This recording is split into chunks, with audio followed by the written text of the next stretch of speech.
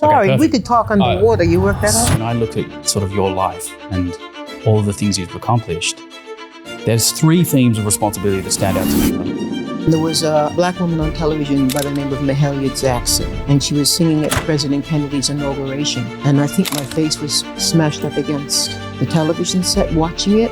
And my mother tapped me on the shoulder and said, "That's going to be you one day." How cool is that? That's so cool. If and when you're ready, I'll tell you my story about becoming a diabetic. Yeah. It was fascinating. It's good. Yeah. You ready? Yeah. Okay, so they pricked my finger and went, "Oh." Right. And then they gave me a needle. I said, "Oh, I think you're mistaken." She said, "No, you have to learn to inject yourself." I went, "Really?" So let me show you how to draw up the insulin. Yeah. And and the rest is history. Wow. I was very ready to go into spiral depression. And then I had a girl in the hospital with me that I write about. And she looked at me and said, you know, we could really be sick, couldn't we? She sort of made me think, I can do this. This is a doable disease. With that kind of mindset, most things are doable. Have you ever seen what the starvation diet was, a treatment diet for diabetes? This is from a textbook. They starved them? It was called the starvation diet. Look at that, and the quality of life. And if you compare it to now, we can live such an amazing life with diabetes We thanks do to live an amazing life with technology, diabetes. insulin being invented. He said, I believe in your lifetime you're going to see a cure.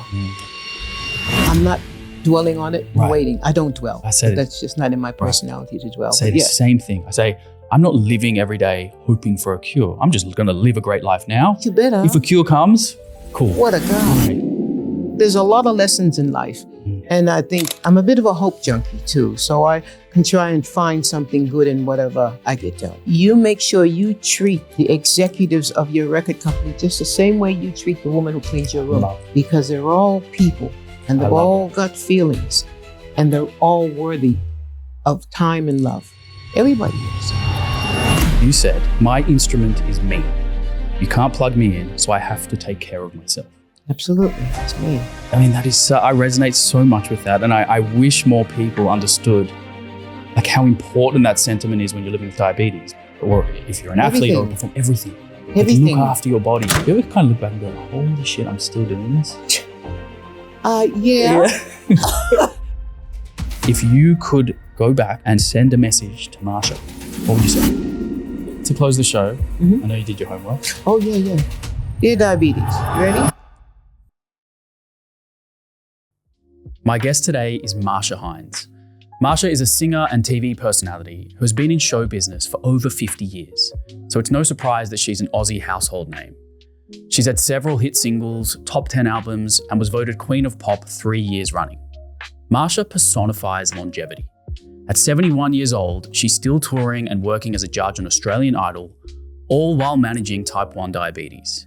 Before we hit record, Marcia and I had a podcast-worthy conversation which covered a lot of terrain. We connected almost immediately, so I knew it was going to be an amazing episode. In this episode, we cover so much ground.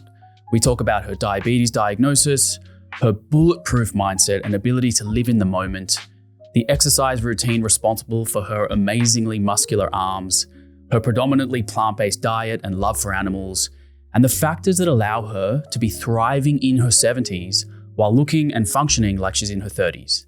Throughout this conversation, the theme of overcoming adversity via personal responsibility kept coming up.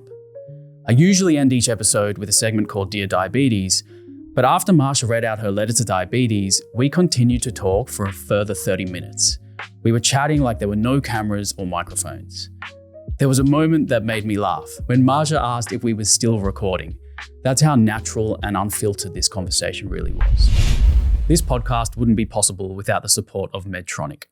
I'm incredibly grateful, not just for their technology, but for the people behind it.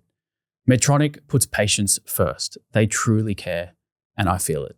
So to my Medtronic family, thank you. Let's get into it. Here is your daily dose of inspiration, courtesy of Marcia Hines. When I was thinking about this conversation we're going to have today, I was thinking, where should I start? There's so much to talk about. This conversation could go for hours. And then obviously like in the 10 minutes we're before, talking, we're talking nonstop. Yeah. But, you know, I think a great place to start this conversation is honestly to go back to the beginning, if you don't mind.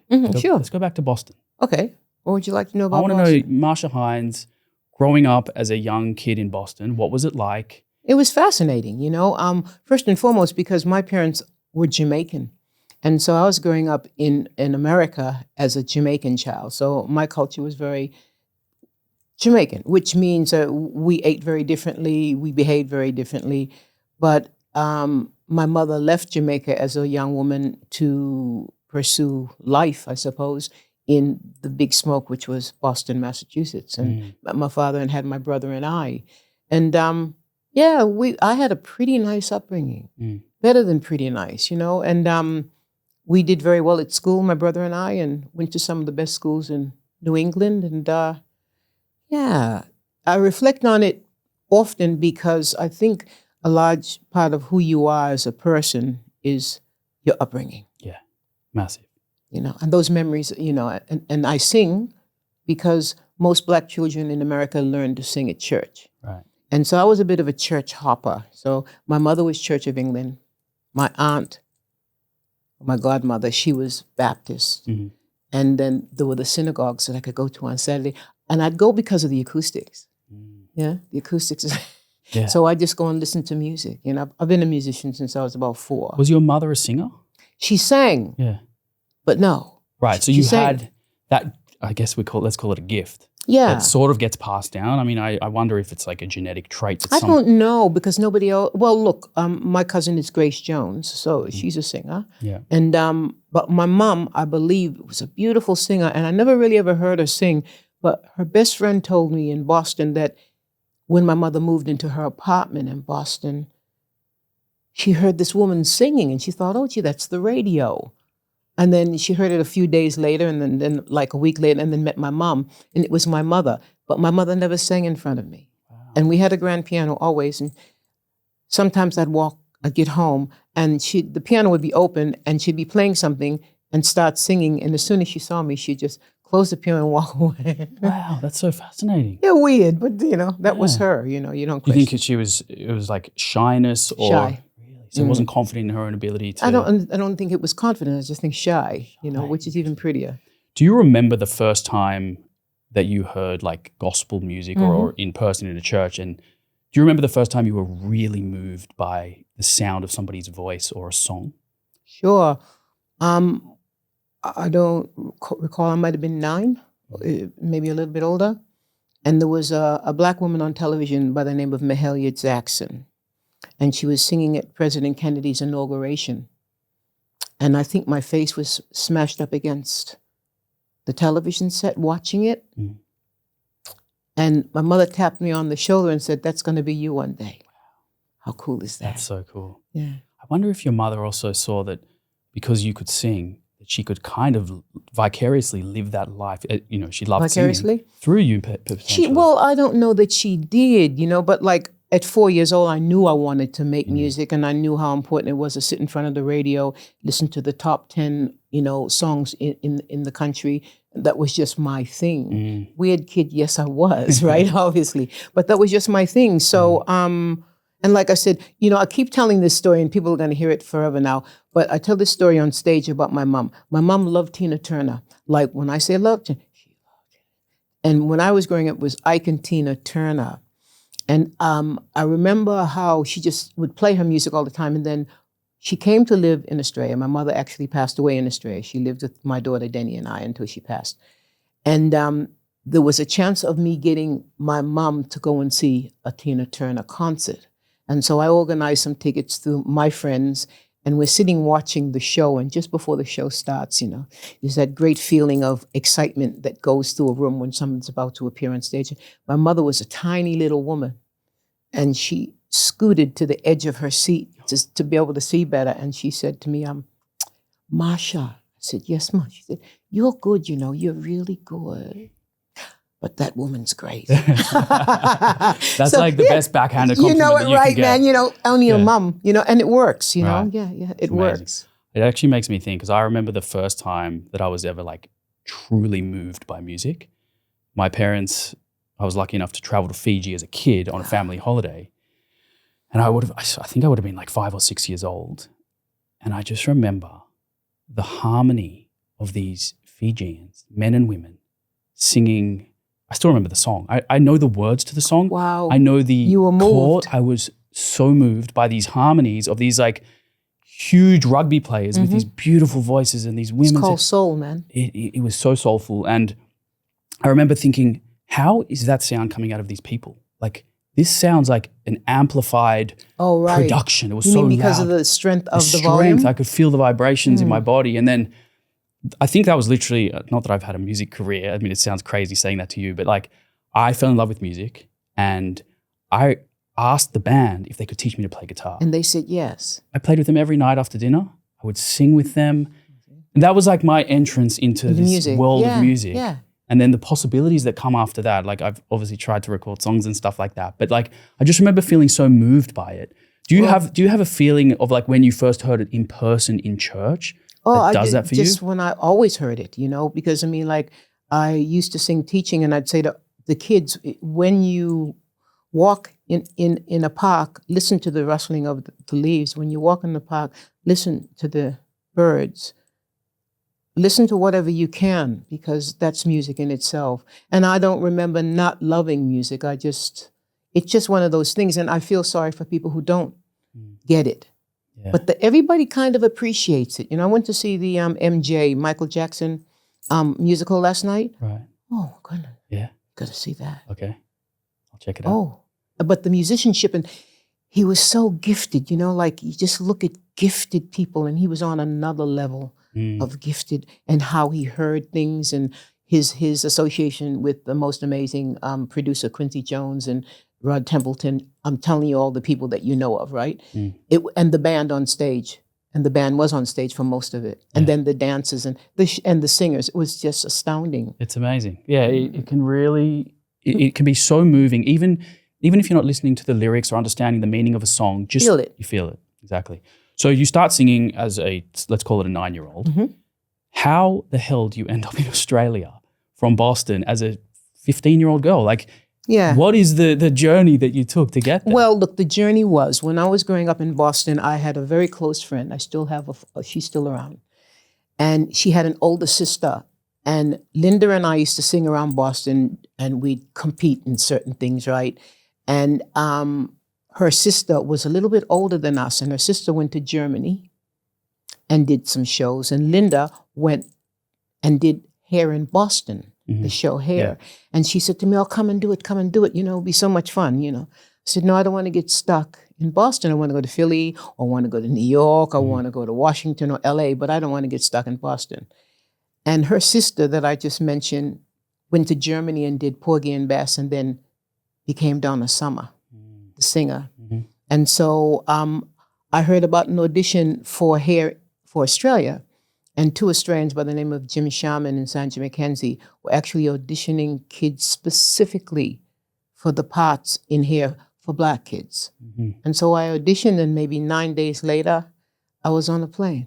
So you do the audition in Boston. You get the news that you're shortlisted, or you've got the role? No, we're shortlisted. Okay, so because they went to quite a few other cities. Wow. Okay, so but when you came to Australia, you knew you were going to be. Oh, when I signed the contract. Right. You signed the contract. Signed the contract. Well, I signed. In actual fact, Harry M. Miller signed it. My mother signed it, and my scribble was down the bottom. Okay. Yeah. So you come to do this theater, musical, whatever you want to call it. Did you know, like, really what it was about at that time? Like, what, being the show? Yeah, like as Hell a yeah. So, well, I grew up in Boston, Massachusetts, and Boston's got Yale and Harvard and all the really big pharmaceutical schools in America. And so I was growing up around all these incredibly, not so much militant, but aware kids whose friends had gone to the Vietnam War. And I had friends who had brothers and sisters who had gone to the Vietnam War and come back not the same, and come back not alive.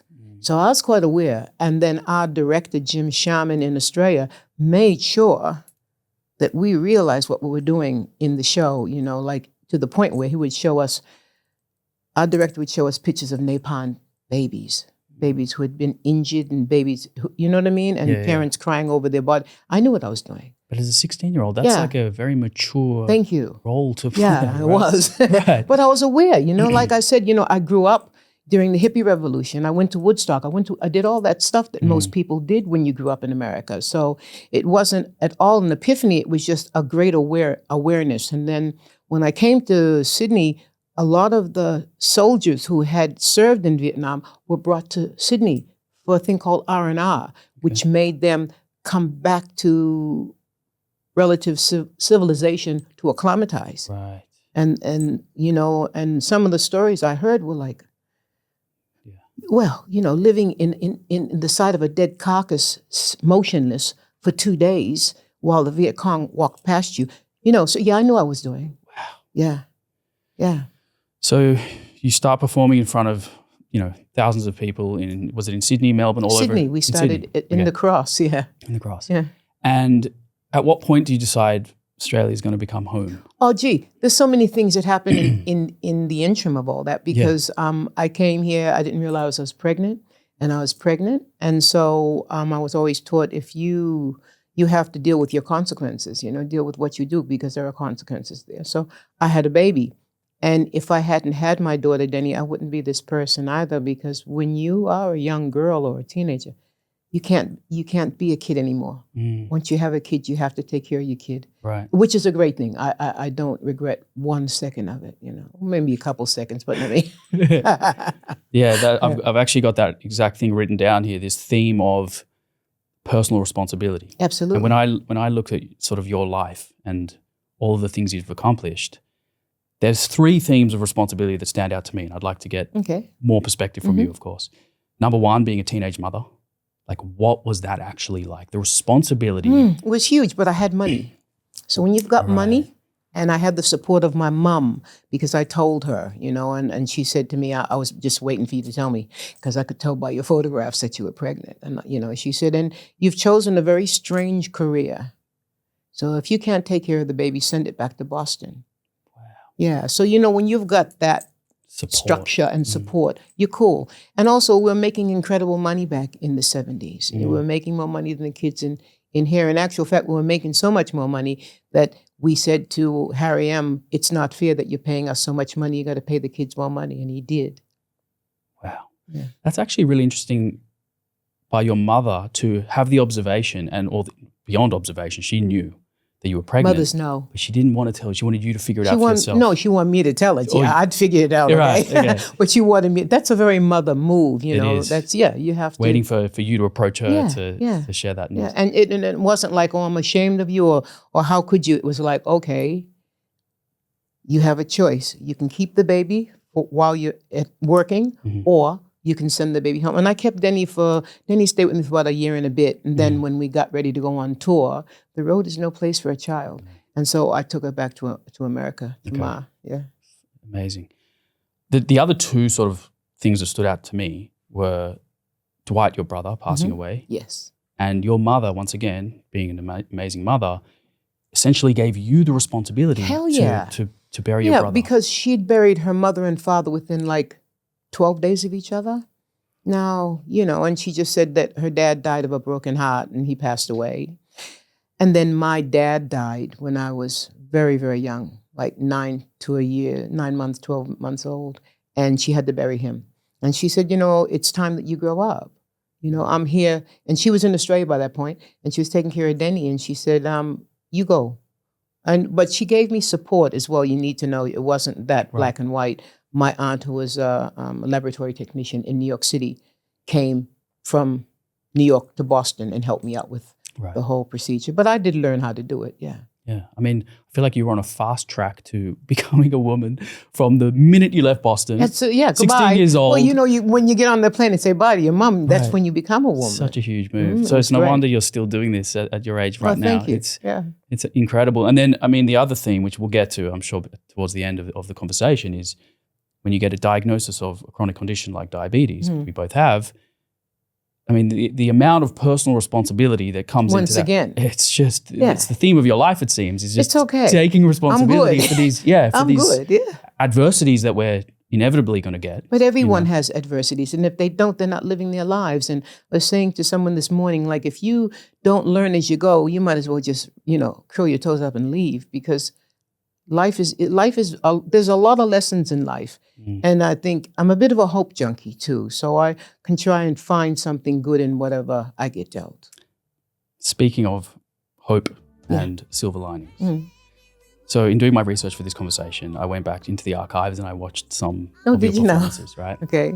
And there was this one performance that stood out to me as, I guess, just hope, the message of hope. And you were singing, what was the song? I've got it written down, Many Rivers to Cross. And the visual for me was massive because you were on this stage, very dark background, a very black sort of stage, but you were backlit by a very bright light, and you literally had like this silver lining thank you. around your body. And, you know, I guess a couple of questions. Number one, the way you sang that song and the emotion you put into it, right? Being close to your brother's passing.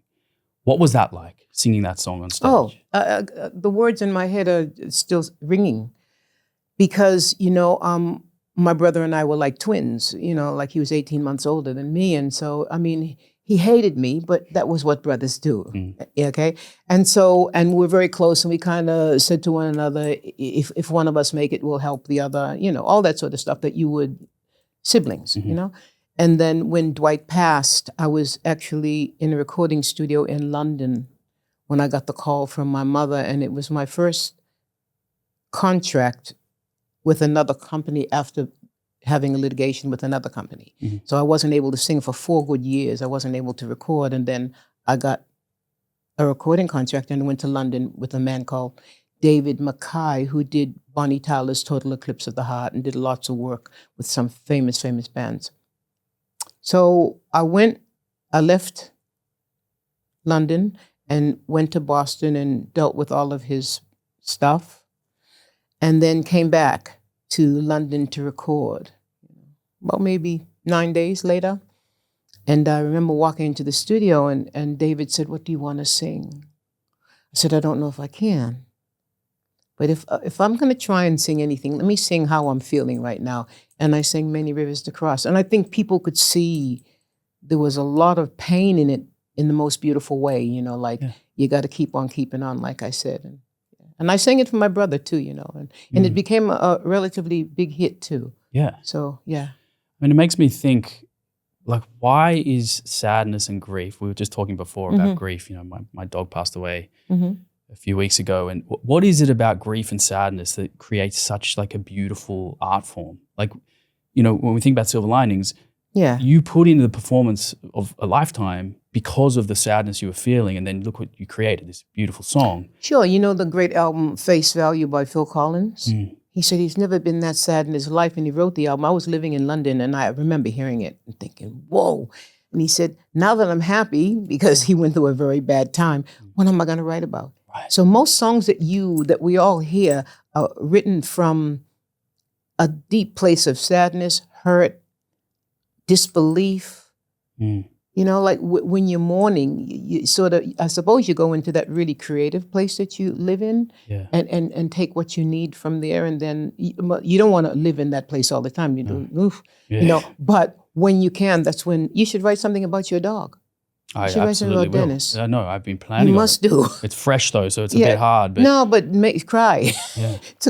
It's a good thing. I've been crying a lot. Trust me. It's very cathartic. You know, so that's why I think, you know, you delve into that place of emotion, and I'm incredibly a sensitive human being, and I always have been. I remember being.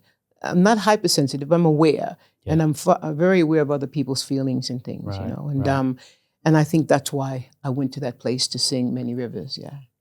Yeah, I mean, I wrote a song when I was diagnosed with diabetes, and everyone sort of asked me, like, why do you always write sad songs? Can you write something happy? And I'm like, nah, because that's my outlet. When I'm happy, I'm happy. Yeah, when I'm happy, I'm surfing. What am I going to write about? Yeah. Exactly. So you lean on the music or the instrument when you're in that place. But for the people who ask you that, go and listen to the song that you really like. Yeah. It'll be sad. Yes. It'll be because someone has experienced something very sad. And I think that's what musicians do. We share. We share our emotions probably more, no more than an actor, a poet, a painter. Right. But that's what we do. Right. And we call people in. It's very personal. It's beautiful. It is. It is beautiful. Do you think that, you know, the passing of your brother and going through these hard things helped you to see hope and brightness in the future when you sort of got diagnosed with diabetes and faced these other hurdles? Do you think that was, or was it just in you? You just had this inherent ability? No, I've not really reflected on that, you know, and who was I going to call? to complain. I mean, Yeah. who would have listened? And like if and when you're ready, I'll tell you my story about becoming a diabetic. It was fascinating. Let's get into it. Yeah. You ready? Yeah. Okay, so I had a tooth pulled out, and it just for some reason it wasn't healing. And so for a couple of days I'm sort of like really listless. And I have a friend who worked at St. Vincent's Hospital, and my mom called him and said, "I think you come and have a look at Marcia. She's just not herself." So he came and said, "Squeeze my hand." And supposedly I didn't. And I'm thinking, I'm squeezed. And so he said, "I think we better take you to the hospital." And then I was diagnosed then, right? And then in my letter, I talk about how, look, I was ready. I was very ready to go into spiral depression. Why not? Enjoy it, And then I had a girl in the hospital with me that I write about. And she was jaundiced. She was yellow. And she looked at me and said, we could really be sick, couldn't we? And she had a kidney transplant that had rejected. And that's in my letter, she's since passed. And that was like my angel. You get people come to you. I don't care what anybody says, people come to you. If you stay open in life, people come to you. And she came to me and she sort of made me think, like, I can do this. This is a doable disease, I think, with that kind of mindset, most things are doable. Most things. I'm not being stupid here. Right. I'm quite aware that, certain things are truly an illness, but that's not me. Yeah, that perspective shift. What did she say? We could really be sick. Couldn't we? Wow. And I'm looking at this person who says, Right. In your eyes, she's just so sick. And for her, she's saying it could be worse, basically. Yeah. It's incredible perspective. I think about the same thing about diabetes sometimes, where it's like changing one word in your self-talk can completely change your relationship. So for example, if you say to yourself, diabetes sucks because I have to inject insulin every day. I have to check my blood glucose all the time. And if you Life just change sucks that because I got to have a shower every day. Right. Life sucks because I got to put my shoes on every day. Right. Life sucks, But if you change have to get to, totally different. Or gonna. I get to inject insulin. Or gonna. I'm gonna. Right. It just changes the whole way. Like, it's a privilege that we get to inject insulin. Because 100 years ago, we'd be dead. We'd be dead. Well, we wouldn't even be dead. We even talked about, right? Right, yeah. That's right, yeah. Like, it was truly a death sentence. In 1920, I don't know what year it was when insulin was invented. Before that, when people got type 1 diabetes. Sugars. You had sugars. That's what we called it in Black culture. Right. He's got sugars. Is that what it was called? I mean, it was a death sentence. Truly, you could live for a few weeks or months. And the treatment, I've actually got something to show you. I don't know if you've ever seen this. Have you ever seen what the starvation diet was, a treatment diet for diabetes? This is from a textbook. They starved them? It was called the starvation diet. Look, you got to see this. Look at that. Thank you. That is what they ate in a day. Cabbage, asparagus, make your pee stink. Yeah. It was like, I don't know how, I think it was, a couple hundred calories? It was asparagus, cabbage, celery, eggs, spinach. Turnips, spinach. Tea and coffee, or tea or whatever. Isn't that interesting? I mean, that's what the treatment was, because there was no insulin. So essentially, so this is to keep you trying this is to keep you in level. Yeah, exactly. That ain't gonna happen, right? Because don't vegetables have sugars too? Though? Some do. Yeah, I mean, these are very low in carbohydrate and sugar. But like, for example, here, total calories for the day, 150 calories. You'd be hungry when you. Oh my gosh! So these people, I mean, the quality of life, and if you compare it to now, we can live such an amazing life with diabetes. We do live an amazing life with technology, diabetes. Insulin being invented. Yeah. Modern medicine, that is the perspective shift that I like to use quite often. Like, I'll tell myself, yes, look at this life we've got. Well, I got very sick in Melbourne on tour, and a doctor came to the hotel and saw me, and he was an elderly chap, and he was lovely, and he said, "Oh, you're diabetic." He said, and this, how long, this is 25 years ago, 30 years ago?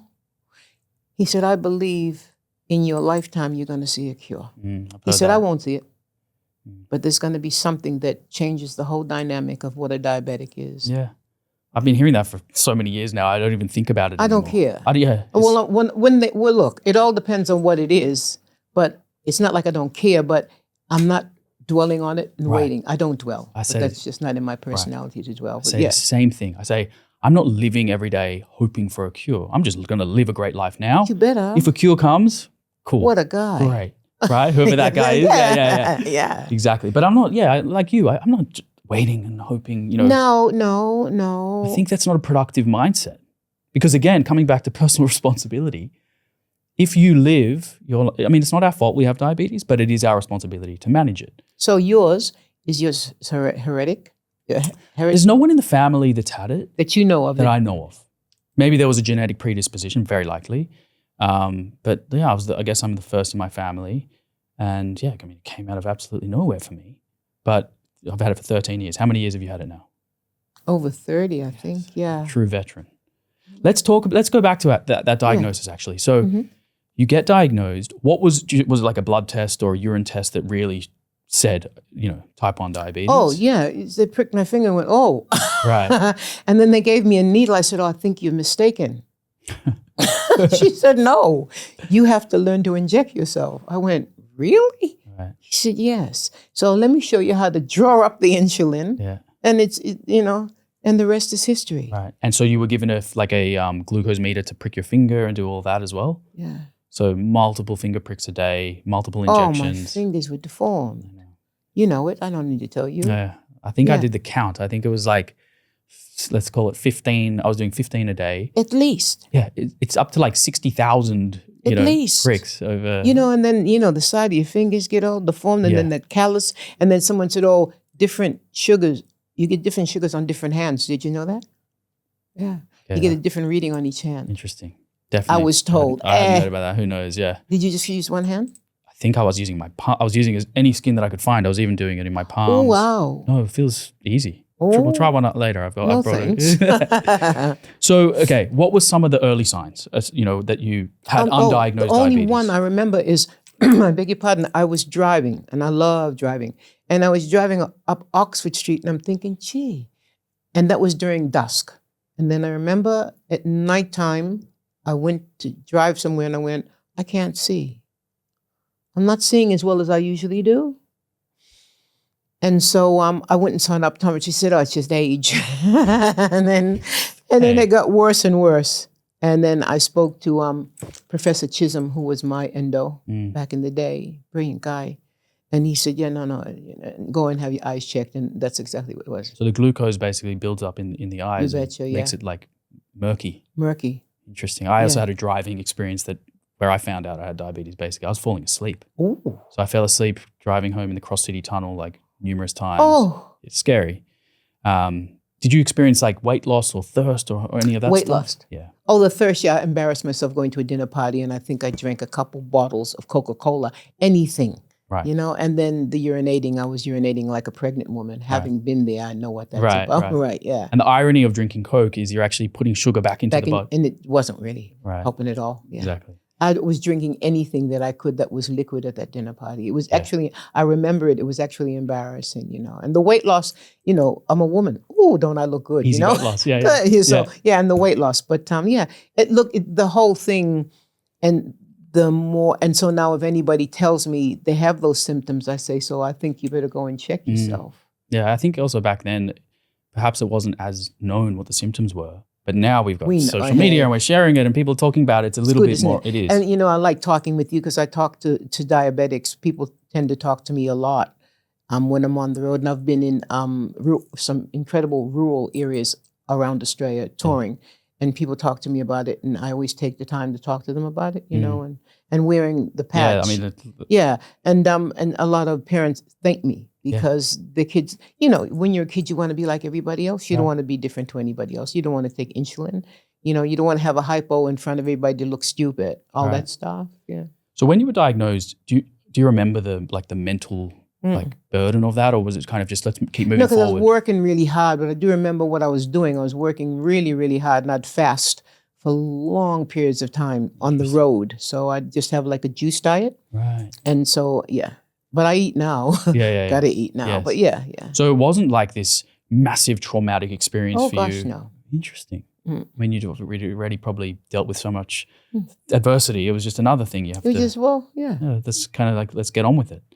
And what about juggling diabetes whilst you're in the middle of a career? It's difficult. It was, but it's not. It was, but I know it now. Yeah. You know, I know what to expect. I know when I'm having a hypo, and I have a friend who has hypos and doesn't know he's having them and just falls out now. Whew.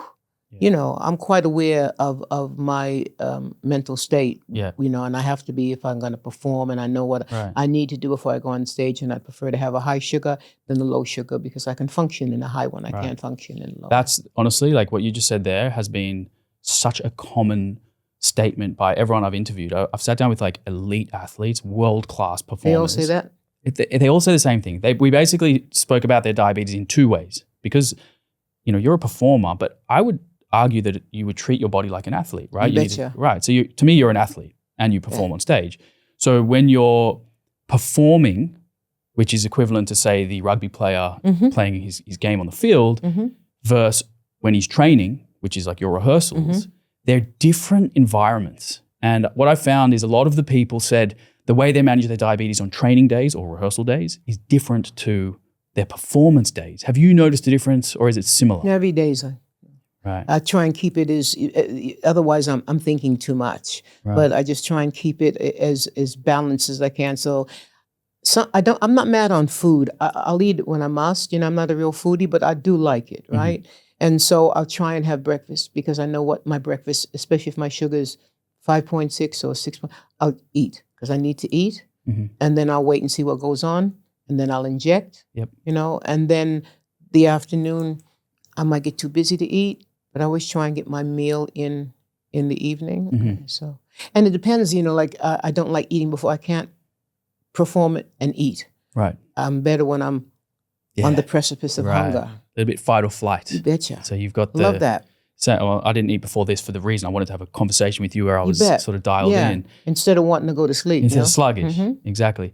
So have you noticed that the adrenaline of performing influences your blood glucose? No. Really? No, because I'm trying to sort of like, I try and keep it as even as I possibly can. No, I don't. No. But like I said before I go on stage, I have to test myself and see where it is. And you'd just rather make be sure, a bit higher. Oh, yeah. Because I dance. And so, you know, burn it. I'm going to burn it off. So it's better to be high and then hopefully it tapers off. And then I'll work it out when I... And you don't want the anxiety of thinking, am I going to go low during my performance? I always have Coca-Cola or jelly beans on stage. Always. Have you ever had a low in a performance that you remember? One. Yeah? In your whole career, one low? One. That's enough. Yeah. That was enough. Well, it's just I'm stupid. You know, very vague. You know, I get really dumb. Right. Do you forget lyrics? Do you... No, no. But I just know that my footing's not feeling as sure as it should. So, I mean, so therefore, everybody's aware of me being a diabetic. So there's either something sweet or that glucose. That stuff isn't horrible. I know. But it works. Like, I know. Pasty. Necessary evil. You bet. Yeah, you bet. I've been thinking about that a lot lately, like how much candy I've bloody eaten over my 13 years. That I wouldn't Shame, have. isn't it? No. You wouldn't have, but yeah. I know. Well, you still look relatively fit. So I try to keep fit. Me too. Yeah. Let's actually talk about that. That's my sort of, that's the part of my life that I really dedicate most of my energy to is keeping healthy and fit. Betcha. What's your relationship like with exercise? Excellent. Yeah. I'm a dancer. I know. I'm a performer. So do you have structured workouts that you do in a gym? I box and then I stretch. Your shoulders are actually very jacked, I've got to say. Thank you. But I stretch. I actually box with a guy called Spud. Okay. Yeah, Spud Carroll, who used to be. Yeah. So he's pretty cool. And then like I stretch, and there's a great thing called the Stretch Lab. I don't know if you've tried it. I've heard of it. Is it double bay? It's the bomb. I've seen it. It's the bomb. So you go in and they basically stretch you? One-on-one. That's awesome. Yeah, and that's good because, I mean, they say the older you get, the less you reach up and, you know, the less you stretch. Right. And then I've got a puppy that I'm running with at the moment. So, yeah. So, you know, and I try and walk a lot. I like walking. Yes. Yeah, walking, and you can observe things when you walk. When you're driving, you can't see anything except basically what's in front of you. And it's slower. You've got time to take it in. And as you were saying, I can't remember if we were talking before we went live or not, but the idea of when you go for a walk and you're listening and being mindful and present, you're hearing the sounds of nature. Absolutely. Yeah. And I don't ever walk with earphones in. I'd walk into poles. Yeah. You know, if I listened to music and I was walking, I'd walk into the ocean and not even know it, you know? Yeah.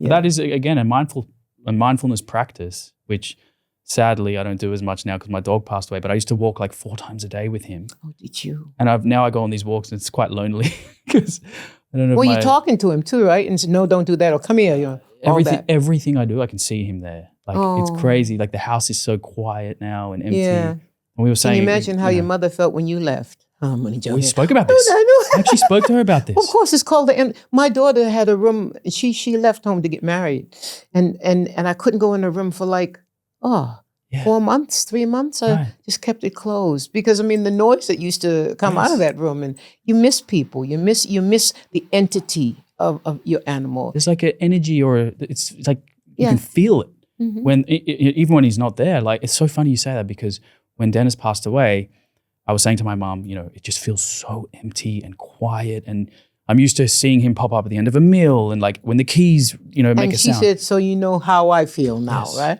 It's true. That's what happens when your child leaves your home. Absolutely. The empty nest syndrome, it's called. So now I used to think she was like overly anxious, and now I'm thinking, you know what? You're feeling it now, are you? You're feeling it now? I am. Good, yeah. So when did you decide to publicly start talking about your dog? The moment it happened. That's amazing. Why wouldn't you? Well, I can tell you, I spoke to, it's a bit of a different sort of sport, so to speak, but Jack Perkins, who was on the show, he was a racing car driver. He felt like he had to hide his diabetes. Yeah, because people wouldn't trust him. Exactly. I know why. Right. And people don't. And sometimes, and the feeling when you tell somebody you're diabetic and that look comes across their face like, what's that? Yeah. Or what do I expect of you because of that? And then I have, people to me, not a large percentage of the general public know what diabetes is. We try and educate them, but when there's something that you're being educated about and it's got nothing to do with you, you don't care. And that's okay. Yep.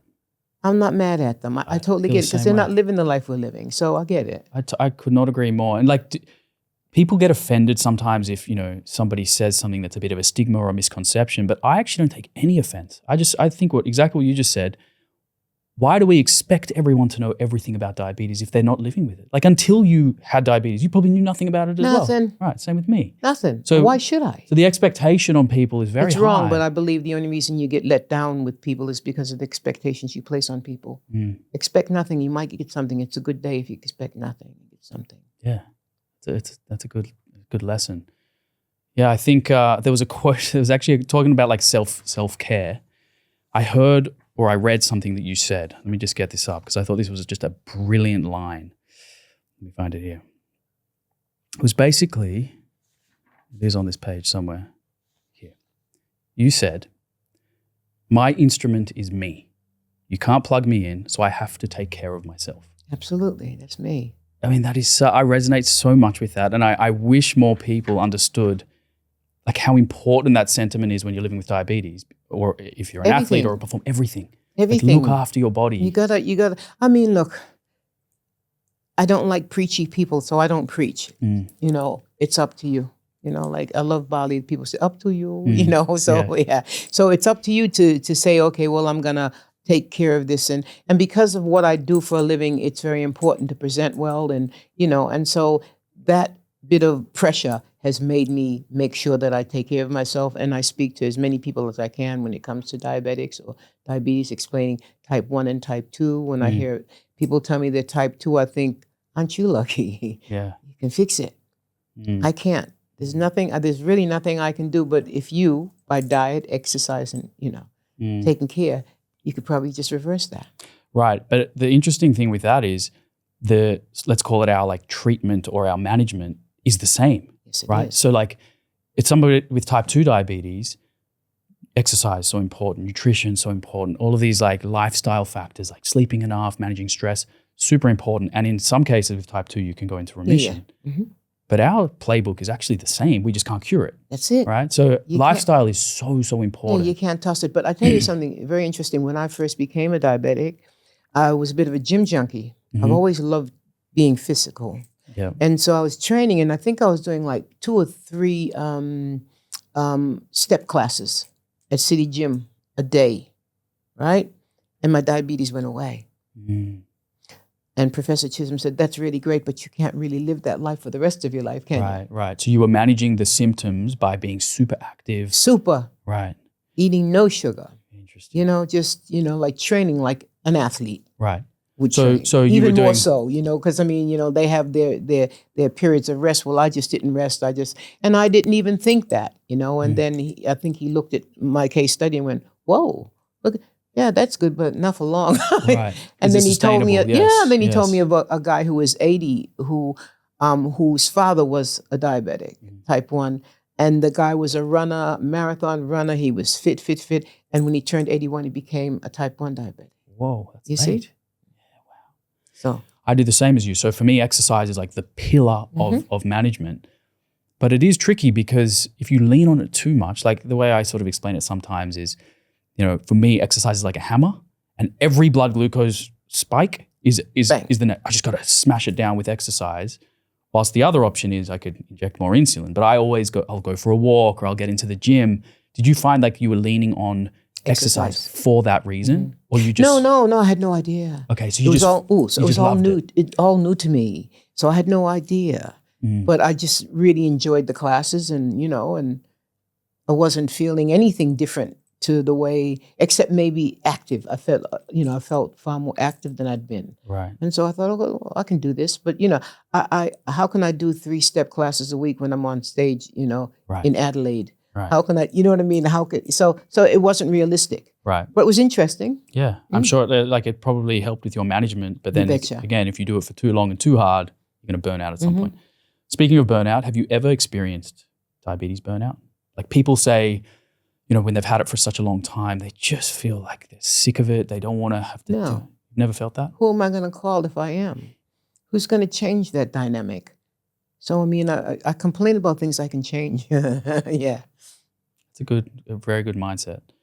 I guess, there's a link between diabetes and mental health and depression. Some people maybe are wired to fall into more negative mindsets. Some people, like yourself, and I would like to say me as well, we are wired for keep moving forward. Well, our parents taught us that. Remember I said that. Do you think it's taught, or is it? Well, we lead by example. Nature, nurture, that's nature, nurture, lead by example. I'm a parent. And so, hopefully I've led by example. And I know that my mother led by example and my relatives have. Yeah. And then, then you have those people. Then you have the people that you encounter in life who, once again, lead by example, or you want to aspire to be like. I've been thinking about this quite a lot, whether it was already in you, like an inherent trait of just you move forward, you get things done, you take responsibility, or is it something that has been taught by our parents, or is it a combination of both? It may be a combination. I think it's a combination of both, but also like if you live in a house and nobody sets an alarm, and you live in a house, nobody puts clothes out for the next morning, for the expectation of what's going to happen, you're going to become that person. That's, and that was something I actually spoke about to a chap who takes care of, a reverend who takes care of children, who are wayward. And he said, because that's what they're taught. They're taught, to expect that check. Yeah. They're taught you don't have to get up and go to work, Yeah. And then those kids, like I said, encounter other people who say, well, yeah, you do. Or the reason I have this car is because I did this. So you learn by, I've had some incredible people around me in my life, and I am very nosy by nature. Yeah. And so I watch. I watch and I learn as I watch. Yeah, ask the right questions and pick up those little gems and you take them with. Yeah. Yeah, that's awesome. Well, let's talk about Marcia's self-care toolkit, let's call it, right? So we know exercise is a big part of your life. Obviously, your job is extremely active, dancing on stage, performing. I think people don't realize how exhausting physical. And they physical say it is. Doing a concert is physical as doing a marathon. Right. Yeah. I mean, you're literally like running around and singing, so controlling your diaphragm. Breath. It's hard. So activity, tick, you've obviously mastered that. And clearly... Mastering, I'm not. I don't know, your body looks like you mastered it. Nutrition. Let's talk a little bit about nutrition. So when you were diagnosed, did you have to change your diet, Mark? You just... No, because as I said in the very beginning, in the Jamaican culture, we don't do fried foods. So our diet is basically fish, rice, and beans, Interesting. and lots of vegetables. Yeah, So right. that was the way I was brought up. So, Oh, wow. you know, so fried foods is just not in my mind. You know, I don't eat that kind of food. So you still, to this day, same? I'm a pescatarian. I don't eat meat. I haven't eaten meat for about 40 years. I didn't know this. Mm. I've been plant-based for 7 years now. Oh, well, look at you. So that's so fun. I actually had no idea that was your dietary pattern. I was waiting for you to say low carb or this or that. No. And reason being, I lived on a farm when I was a kid with my boyfriend in Victoria, and they had Hereford, Mm-hmm. and they took the Hereford to slaughter. Right. And I watched that. And if you see that, you can't unsee that. And there's no need. I'm good. You know, but I do love fish. But having said that, I watched this great documentary called My Octopus Teacher. Oh, I've seen and I don't it. eat Octopus is off the octopus menu. anymore. Oh my God. That was our takeaway as well. We were already vegan when we watched it. Yeah. But every time someone ordered octopus, in the most gentle way, I'd say, hey, have you seen that documentary? No. Because it is, how powerful was that? It was beautiful. It was so It beautiful. was beautiful. So, I mean, I was somewhere, I was at the Lyric Theater last night, and we were walking through a food court, and I was hungry, and it was mostly like Asian, and I saw calamari, and I went, nah, you still can't go there. No, you leave it alone, yeah. I fully agree. But I actually feel like that with all animals. Like the reason we're saying this about the octopus is because it's so smart, right? Yes, agreed. But I don't think that intellect should be the reason why you don't eat an animal, right? Like for me, any animal, whether it's smart like an octopus or stupid, they feel the same pain, and that's why we stopped eating meat for so many years. Well, you know, I know that that Jewish people slaughter the animals very differently. Yeah, there is. And I'm okay with that. Yeah, Kosher animals, you know, I grew up with a lot of Jewish people when I was a kid. right. So I get that. My daughter's married to a Jewish man whose parents have got a kosher kitchen. Okay? Yeah, So I get it. You know what I mean? I think it's not what you do, it's how you do it, man. You know, but it's not my thing. I mean, look, so I can smell it and I can cook it. Right. Not a problem. I cook it for my partner who's a carnivore. Mm-hmm. But it's not. So the plate goes to him. Sure. Yeah. Right. I feel I the same. appreciate it. You know, to each his own. Right. I fully agree. Like I can sit across the table with my best mates and they can eat a steak in front of me. A hamburger, steak. Hey, go for it. Knock yourself Just out. not me. I don't want to eat it. Yeah. Yeah. And also, he had the plant-based Hungry Jack's burger. I haven't. It's the bomb. Is it? Oh, yeah. I haven't tried it. Oh, you got to check it out. Okay. Hungry Jack's do. I'm telling you. Really? Yeah. I think they use like one of the impossible meats or one of those. It's pretty fantastic. Look, I'll get your thoughts on this, but I tend to avoid even the like sort of fake meats. I go for like beans, rice, tofu, tempeh. Me. Same sort of thing? Me. Yeah. So how often would you dabble with the fake meats, like a Impossible Burger or something like that? 3 times a month. Right. So it's Twice a infrequent. month. Okay. It's like a treat. Oh, something to smell. It smells different, you know? And Linda McCartney did some great food. Paul McCartney's widow, she did some great vegan stuff. And it smells good, you know? It smells good. I know how to bang some pots. In America, we call banging pots cooking. Yeah. I cook well. I love that phrase.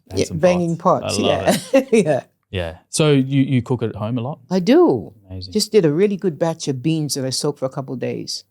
Yeah. So beans, rice, vegetables, rice, fruit, fish. Vegetables, salad. That's like exactly how we eat, minus the fish. But even honestly, like the reason I don't eat meat is for the ethics. I've seen some documentaries that you can't unsee it. You can't unsee it. Yeah, you saw it. I've never seen it in person. Oof. Actually, there was this one time. we were staying on a farm, and I was already plant-based, and I had this thing in my head that if I were to, either kill the animal myself, like hunt it, it's better than paying someone else to slaughter on mass scale, or take an egg from, there's chickens in the backyard, take an egg. I had this idea that I'd eat the egg, right? So in the morning I went down, the farmer said, hey, if you go in there, you can take an egg. It's been freshly laid. And the chicken's sitting on the egg.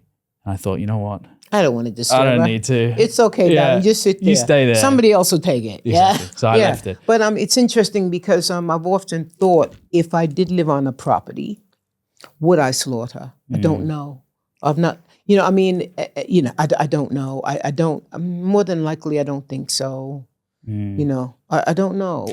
I think there's such a disconnect when you go to the grocery store and you pay for your meat, right? Yeah. People they don't see the animal behind. They don't see an animal. They don't see an animal. They see a steak. A product. Yeah, they see, hamburger. And especially if you're the one who every day you're feeding the cows, probably have named them. You get to know them. You scruff their head. It would be hard to, say goodbye. Not for a farmer, no.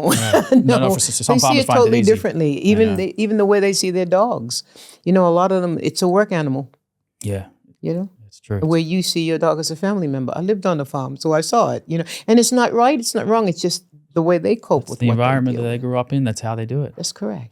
So if you did have a farm, Yes. what kind of animals would you have on your farm? I'd have lots of dogs, lots of cats. I'd have I'd like an elephant, which is weird. And I would like anything that you could actually try and a monkey. Yeah. Monkey, but they're very destructive. I know that, Yeah. I had a friend who had an orangutan. Really? Yeah, in Thailand. That was interesting. They can be dangerous if you get them on the wrong. It was. Yeah, on the wrong day. It was, but well trained. But yeah, I think it's funny because I think any animal well trained. My algorithms, what they call the things on The algorithm, yeah. Yeah, the thing. Obviously, they know I love dogs and cats, and all I do is I can watch it for hours in actual fact. I just dogs, cats, getting along, right? And I love that Staffy that's in love with the bird? The crow. Yes, the Isn't that magpie. great? Yeah, and they got separated at one They point. tried that. Yeah, they got that him back. didn't work. No, I think you got him I was back. going to write something. I was fuming. Don't you dare! Couldn't believe it. Mm. And then there was the story. Business. I know, leave them. Then there was a story of the squirrel. I think it was in America that squirrels are great. They got so this guy raised a squirrel and became best friends with it, and they euthanized it because you can't take a wild animal into your home. Well, that's kind, isn't it? I mean, everybody needs to mind their own business. I know, right? But better world if everybody just mind their own business. I agree. Live your life. Live you. Do you. I'm doing me. Right. Yeah. I agree. I mean, my algorithm's the same as yours. Yes, it is great. just animal after animal, dogs, They're beautiful. Stories. Do you know the Dodo, that account, the social media account where they create amazing stories of like two animals or a human and an animal? So we were lucky enough for Dennis, my dog. He had like 5 stories done on the Dodo. He became famous. Like, did he? Yeah, he had like 50 million views. I must try that with my puppy. Yeah, we could get him famous. Yeah. I mean, especially if he can sing. Imagine that, little duet. I haven't tried this yet. Yeah. I'll show you some of these videos afterwards of Dennis, and Wow. it's just so special to have those memories of him, on this massive social media platform. And the comments, people love seeing, You should see how people melt. I've never I'm an animal lover as are you. Yeah. I took the puppy in the hallway the other day and this woman fell on her knees. And I think everybody becomes about 8 years old. Yes. They go to their baby voice. The love, isn't Right. it beautiful? And they probably ignore you. It's just like, I'm good with that. yeah, I'm cool with that. Oh, it's wonderful. It just blows me out. Yeah. It just blows me out how people can be moved by such a lovely little entity, I know. And babies. I love when, I love children. So. Yeah. Well, I like animals at this stage more than I like humans in some cases. Because life as you once knew it changes when you have a child. Remember I said that. Yeah. Take that little piece of poof with you. Yeah. Okay. I think I've already known that is why I'm holding off. It's probably time for me to go, you know what? Yeah. I'm 35, Let it go. 36. Let it go. Yeah. Well, Yeah. But I will definitely at some point look to get another dog and go to a pound. But I feel like even if I go to a pound to volunteer, because that's how I found Dennis. Is that how you found him? Yeah. I was volunteering, or I was doing a photo shoot. I saw him. I went back to get him, and that was it. Like I could not. But he saw you and thought, it's us. I've been saying that, like, he rescued me, really, and he's taught me like so much. And I think that part of it is obviously being like non-verbal, but showing communication and love. You don't have to be verbal. Right. And that's the same as music, right? It's something about hearing an instrument or a sound that you don't even need words sometimes. It sends you, Right. And and music's so fascinating because it truly does soothe the savage beast. It's the one thing that's kind of a universal understanding. Yeah. I toured in Russia, and that was fascinating. I toured with a band called the Daily Wilson Big Band, and that's where I really learned to sing. Because I was with like a huge big band, and if you're not in tune with horns, you get to know it real quick, right? And because they're perfectly tuned, right? Oh, so you're all even they do out is by tune. I tune myself before I perform. I tune myself for 45 minutes to an hour. Anyway, so vocally, yes. And so we're in Russia, and we're singing to thousands of people a night, and people are crying and being so moved, and that's when I had this epiphany. Oh, wow, this is a universal understanding, because they all spoke Russian. Right. You know, and I went during communism as well. I was still an American citizen when I. So you were singing in English. Mm-hmm. They maybe some of them understood, but many didn't. Most of them didn't. Right. But they still understood they knew what they were feeling. You know what? I can resonate with that. Sometimes I'll listen to a song in Spanish. You don't need I don't to know the words. just feel it. Feel it. Mm-hmm. So what? I just picture you like we were talking about animals before, and having this non-verbal connection. I can imagine you just singing to your elephant on the farm, and the elephant's you bet. I'd listening. sing to anybody who would listen. Really. Yeah, of course. Yeah, it would be lovely. I just think elephants are just a very smart animal. Oh yeah. I mean, we were speaking before, but we've seen videos of elephants listening to a guy playing guitar, and they're feeling the vibration. Or I think it's a guy who plays the drums, maybe. I don't know if there's one guy many that's videos. playing guitar to quite a few different. He was playing guitar to meerkats, and they were fascinated by that. Fascinated by an music. Englishman. I think the guitar is like pink. Yeah. Speaking Beautiful. of music, playing to animals, and reincarnation, which we were talking about before we went live. Sorry. That's right. So recently we were in Byron, and Dennis passed away the week before, and I was playing guitar, and I was kind of in the zone and just playing, finger picking and having a bit of a sing. And then I looked around, and there was like 7 big lizards listening to the performance. One of them was even tapping the ground, like, really? I got to show this video afterwards. What? It was incredible. And again, I chose to believe it was Dennis. Choose to believe whatever floats your boat. Yeah. Whatever makes you happy. Choose to believe, until they come to arrest us and say that we're mad, but yeah. I'm happy. I'm mad. That's cool. Yeah. All right. I did want to ask you one question relating back to diabetes, because I know a lot of listeners are really interested in this. If somebody is newly diagnosed right now, whether they're a child, an adult, or even better yet, if you could go back to, what was the year, 1986 when you were diagnosed, and send a message to Marcia, what would you say? Deal with it. Well, like who the hell am I going to, what I mean? It wasn't a death sentence, and even it was, who am I going to call again? Deal with it. You'll be okay. And I'm a great believer, like in this industry, if someone asks me to do a part or do something, sing a song, I don't know how to structure it. There's always someone you can ask. How do I deal with this? Or how would you sing the song if, I'll speak to a musician or I'll speak to an actor. I'm not quite sure how to play this part. What would you say? Right. Knowledge is power. And so don't be afraid to ask the people for support when you need it. Don't ever be afraid to ask. Just, I think, we're all doing this thing together, and I don't know how long it's going to last. It's just called life, and, we're doing this thing together, and we're doing okay, and we're living in one of the best countries in the world because we're far away from all the madness that's happening. It is a mad world at the moment, isn't it? It is crazy. But, and I often used to ask my mom, who was very wise, I'd say, so Ma, is the world worse now than when you were growing up? She'd say, no.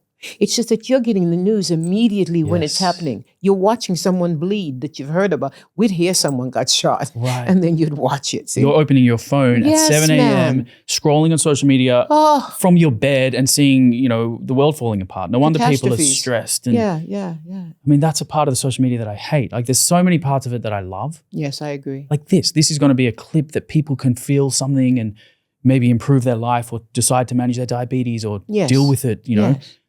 But then again, the flip side is there's so much just darkness on social media that gets shared. But it's your choice. I don't watch it. Right. Really nothing much to do with it. I'm really audible. So I listen to the radio. Right. And I listen to this great station out of LA that's owned by Stevie Wonder called KJLH. It's a black radio station out of Compton. And that's an interesting slant to have because I'm hearing about things that you don't hear in the media here regarding how black people are dealing with the new presidency, and I'm not political. I died when, I remember when I died when Kennedy died. Right. I just remember what that did to my mindset when it came to politics. It changed my whole, and he was a New Englander like me, and we all felt terrible about what happened. And then his brother, and then Martin Luther King, and then whoever came after. So, yeah, politics is just kind of like show business with a really huge budget. But unfortunately, they rule our lives. Right. So how do you, in your life, not just in social media, how do you filter the noise and the negativity and just keep on this path of positivity? Have you got like a framework, or it's just block it out? Certain things have got nothing to do with me. How can I change it? Right. You know, and if that's how someone's feeling, okay, you're allowed, but just it's not productive. You don't need to share it with me because I'm not going to listen. I'm very good at going to happy places in my head. Yeah. Yeah. I mean, that in and of itself is like a skill. You bet it is. That you can, I mean, that's like how to supercharge your life. If you can just filter out the noise and just stay positive. The negativity. Right. You know, and I mean, in everything, I suppose there is negativity, and I get that. But that's not the place I choose to dwell. You know, like I said earlier, I'm a hope junkie. So it's like, you know, let's just try and find something positive in this situation. Yeah. I love that. I think it's such a great message. Especially like, you know, I hear people when they get diabetes, they think their life is over. Yeah, but they don't know any different. It's okay. They're allowed to probably go into that place. For like, the what first the part, hell? Yes. They're allowed. Right. You know, and then just don't live in that place. Knowledge is power. So either speak to somebody else who's got it, or I was always told to beware of Dr. Google. So speak to your endo. I've got a great endocrinologist. Yeah. So, you know, and we talk about stuff and, you know, that I'm aware of, and yeah. That's another thing that's sort of a little bit dangerous, so to speak, is the amount of misinformation. Dr. Google. Oh, not just Google, like social media, like TikTokers who, you know, 14-year-old girls who are pretending to be doctors essentially, or like. I don't do TikTok. And neither do I. No. Thank God. But like, yeah, TikTok's not for me. But even on, say, Instagram, which I am on, I'll see clips of like a 15-year-old boy who is telling people how to manage their diabetes. He's got no life experience, no knowledge. And because he is diabetic? He may be, he may not be. But I think that my point is like people are presenting themselves from a position of power because they've got a microphone. Every kid Absolutely. But you know, a good friend of ours died, and his name was Brian Walsh, and he ran Fox Studios. Good friend. And he was the person who said to my manager and I, you must do this show called Australian Idol because you'll introduce yourself to quite a few, a totally different audience. Also, I said, you know, Brian, I am so sick of this thing called reality. What is this reality TV? He wisely said, well, you know, all you really need is a microphone, a camera, alcohol, and people who are willing to talk. You got TV, and it's going to be around for some time, so get used to it. Damn so I just don't watch it, you know? I've sat there trying and going, well, I always say to myself, gee, I'm so glad that's not my child, my godchild, my cousin, my auntie, or anybody I really know on that show. But, you know, everybody loves watching a car crash. Right. You go to the movies to watch it, so why can't you just sit on your phone and watch it? Same thing. Exactly. There's this negativity bias. There's this like pull towards bad news, something negative.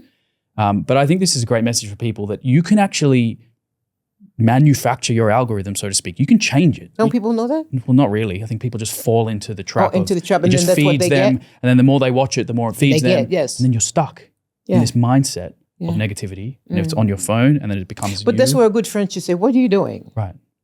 You know, you're looking more depressed than you usually look. What are you watching, you know? And why are you watching it? Yeah. What's it doing for your life? Is it making your life better or worse? Right. And if it's making it worse, kick it to the curb. Get rid of it. I think a good friend would say that, but I think people are scared to have that message of tough love. Like, you clearly know what tough. Your friends tell you. Say it as it is. Your good friends will tell you. Hopefully, your mother's still telling you what time it is. You know, you know, like they don't. She'll call me out. And a good friend or someone that you've known should, you know. I'm far from backward and coming forward. Have you worked that out? Yeah. I don't really suffer fools. Yeah. You know. I just don't, Yeah. you know, and I don't have the energy for it. And I think you have to have a lot of energy to deal with someone's negativity. And it's like, because it sticks. It does. It can stick. It's toxic. Yeah. I want to talk to you about your sort of relationship with diabetes technology over the years, because I know that you tried the pump. Did you like it, not like it? What was your experience? I liked it. Okay. I liked it. And I was encouraged to wear it because someone that was part of Medtronic took me to dinner with Miss America. Okay. And she was a diabetic type 1. Oh, really? And she told me all the secret places she'd put her pump when she had to model. I won't go there, but use your imagination, Okay. you know, when she had to model her swimsuits and stuff. And so therefore she made it far more palatable, the positivity of that. Yeah. And so I wore it for like 12 years. Oh, wow. 12 I years. wore it for years. Amazing. And years, maybe, 10, 12. It's just an appendage. So I used to wear it here or on my hip or wherever I could wear it. Right. And yes, it did manage my diabetes, but I much prefer my method at this point in time, which is I inject 18 units in the morning of long-acting, 18 units at night, and then whatever else I eat in the morning. Right. During the day, I should say. Right. So you did have a positive experience on the pump. It helped your diabetes management, improved some of those numbers. Then you decide, I got sick of the appendage. Right. So this is the thing for me, right? So I've had diabetes 13 years. People ask me all the time, like, why aren't you on the pump? For me, being attached to this device is like a reminder of my diabetes. Like, oh, really? Yeah, it's just when I don't see the pump or the seizure, I just feel like I don't have diabetes sometimes. And I like that feeling of feeling free. Do you know what I mean?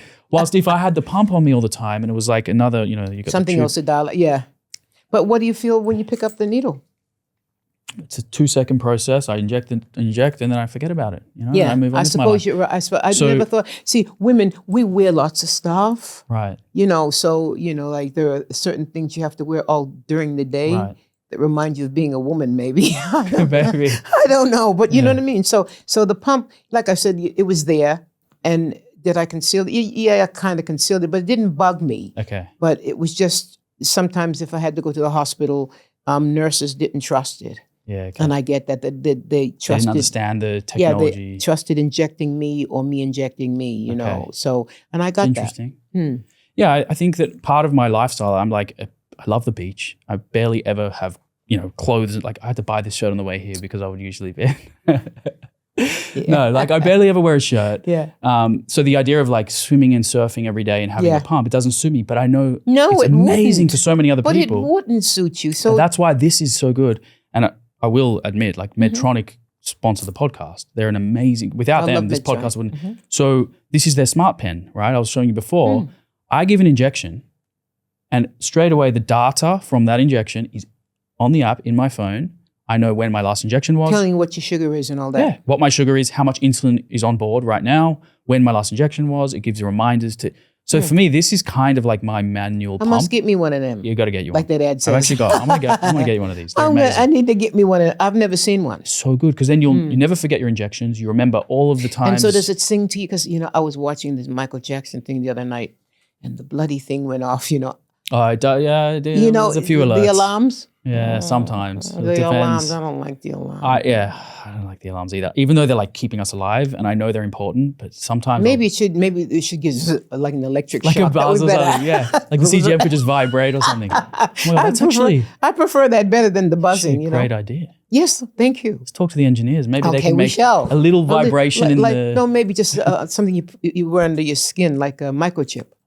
Hey, I'm on board. Yeah, man. I love this. Yeah, let's do that. So you went off the pump, you went back to injections, but you did go from finger pricks to using a CGM. I right? did. And how was that transition? Well, just anybody who's done it on their fingers, it's just debilitating. It is. And my fingers looked all deformed and, but it was what it was and I didn't know any other way to do it. So, and then, we've gotten these things. You blinged it up. I love it. Of course you got to bling it up. Got it. So do people see that and ask you straight away, like, hey, what's on your arm? Or, yeah. And what do you say? What's your I response? say I'm type 1 diabetic. Right. And then they either listen or run. Yeah. Yeah. Because they say, what's that? Or like I said, the knowledge of type 1 and type 2, people aren't aware. Right. So it's a talking point to educate. Of course. And I'll talk to anybody who wants to know, know, and especially kids. Yes. It's important that kids are cool with it. And I always wonder what it must be like to have a child who's a diabetic. Oh. It must be. I've done some work with Medtronic back in the day in Canberra. Yeah. During a diabetic awareness thing. Yeah. And that's what I said. I said, what's it like for the parents have to read the kids, because we know what's going on. I know my mind. When you're a kid, I suppose it must be a behavioral thing. They must behave differently to when they're not high or low. Right. I mean, even let's think back, like before CGMs were popular. Imagine you're a child or baby. Sometimes they're like 6 months old or younger. You'd just be watching them. You know, you have wouldn't to prick their finger when they're sleeping, and man, it's so hard. Yeah, it is. So it's those people that I feel so sorry for, but I never feel sorry for myself because it comes back to this theme of responsibility. Like, just got to move on, manage it ourselves. And the babies will learn that too. They will in time, right? But and that's the gig of being a parent. You know, like if a baby has an earache, you have to know that the baby has an earache. You know, if the baby's sugar's low, you just have to know those things. And I suppose there must be nurses who explain the behavior of a baby to the parent. I don't know, you know. I've seen babies wearing CGMs now, you know, so the parents can see their data all day long. Keeping an eye. Right, keeping an eye. You said, like, you know, I work with this kid, he was actually on the show, Tyson. You know, when he's at school, his mum can see his... How old is he? He's 16 now. Cool. We started working together when he was 12 or 13. Cool. And he had this dream of becoming a basketballer. How's it going? He's on his way. In 3 years, he went from being this high to 6'5". So my God. Yeah, he's a big guy, or 6'4" maybe, whatever it is. That's tall. Yeah, so he's on track. But like, I've seen the way that his parents, you know, they feel the highs and lows. It's a condition that is emotional. It can be really tough. But again, let's keep coming back to that, like, but I mean, resilience. I think as he's going into teenagehood, and whether you're aware or not, children have that weird thing that happens, you know, because their chromosomes not chromosomes, but all their bodies are changing. Hormones are changing, and so you know you don't seem to realize how much of an eye parents keep on a kid. Right. You just have to, even when they close their doors and they go behind the door to be themselves or to get away from you, you have to keep an eye. That's our job, you know. Well, your mom was able to know from across the world that you were pregnant. Yeah. You know, that like they have intuition. that, it's called that mother hearing or that mother intuition, you know, and it's very real. Oh, and I think fathers have got it too. I think fathers are very, very plugged into their kids. Absolutely. I think anyone can be if you pay enough attention and you're mindful. Well, that's the deal, isn't it? You got to pay attention. You got to keep your eyes open. I'm nosy. Yeah. Yeah. Have you seen people wearing CGMs who don't have diabetes? Have you seen this trend? No. Okay, it's very popular. What? Why? Thank you. This is what I feel about it. So it's is that for attention? Well, so I think there is an element of that. And the other element is what, stupidity? Excuse me. This is what I've been wanting to say, but you just said it perfectly. So I think part of it is like a badge of honor. Like it's sort of, it's a bit of a flex to other people that like, hey, I care so much about my health that I'm willing to wear a CGM so I can see what meals affect my blood glucose and how stress and sleep and exercise affects blood glucose. Not on board? Me?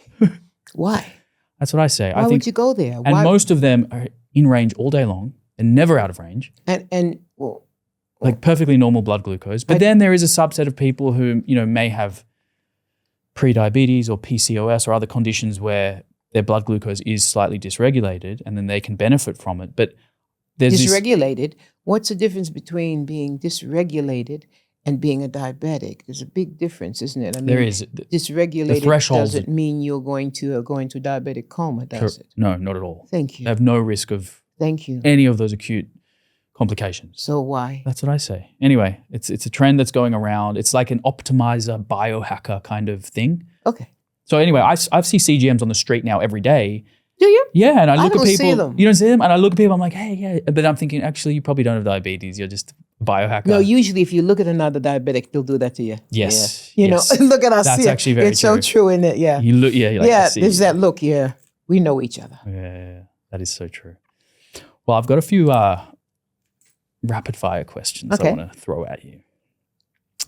How would you describe your relationship with diabetes in 3 words? We're tight. We're tight. Forever. Inseparable. We're tight. I love it. Oh, that's amazing. Okay. If you weren't a professional musician, an artist, and you never got exposed to the church and gospel and music, what do you think you would do for a career? You know, I don't really do hypothetical thinking because it's a waste of time for myself and everybody who's listening. It's so true. I don't think hypothetically. You know, it's funny because in America, when someone passes away, it's a big thing. And it's an open coffin. And I remember one of my little friends, a little boy, Tommy, he was like 9.5 or 10. He died. And the coffins are always open. And I remember walking past the coffin. My mom had my hand. And then somebody said, oh, doesn't he look peaceful? And then I went to another funeral, which was, you had to go to funerals when you were a kid. And there'd be a lady laying there, and my mother had my hand, and somebody would say, doesn't she look beautiful? She looked so asleep. She never looked that beautiful when she was alive. So anyway, I thought I wanted to be a cosmetic mortician. Oh, wow. And then I actually watched an autopsy, changed my mind then. Wow. So I stuck to singing, yeah.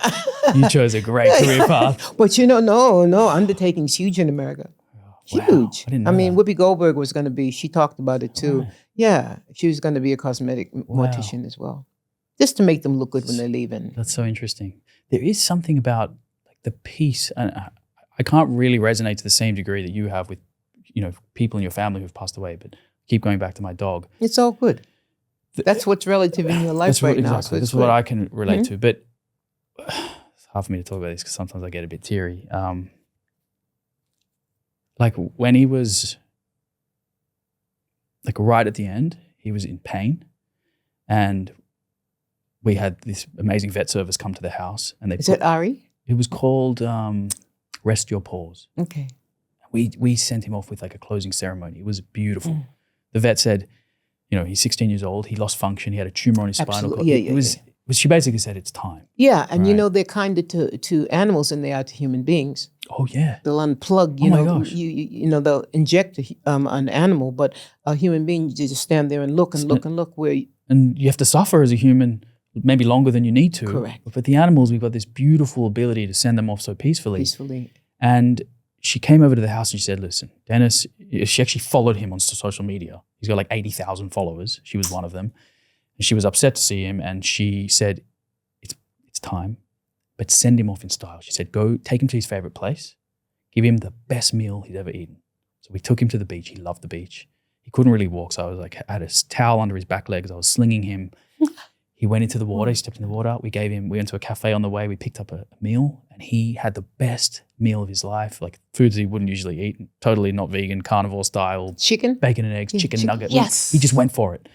And we took him back home. We called the vet. She came back. She said, put him in the most comfortable place. We had our bed. We moved our bed to the living room because we didn't want him jumping. And I get it. And he was peaceful.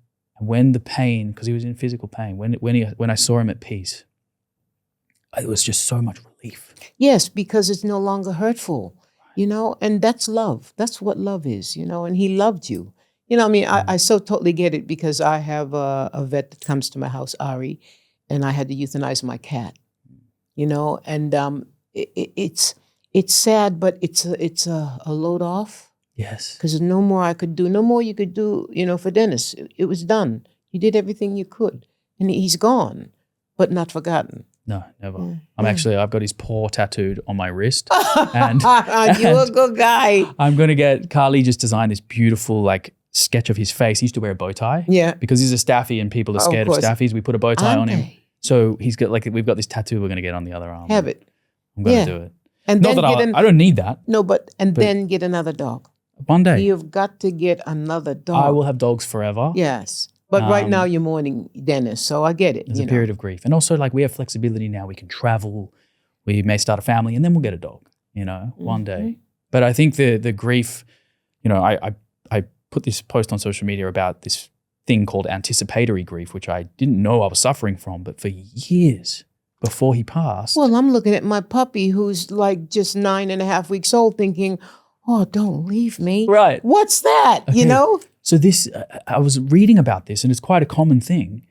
Maybe not with anticipatory grief. So, but I read this great quote.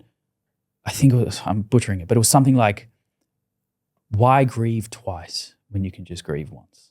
So, why do we grieve while they're still here? Your puppy's healthy; it's got a whole life ahead of it. Anticipation. Right, but is it productive? I wonder if no, probably not. But it's a mindset that's getting you prepared for the real thing. That's it, and I think. To the grief I'm feeling now, and if I didn't have this anticipatory grief, how much more it would have hurt.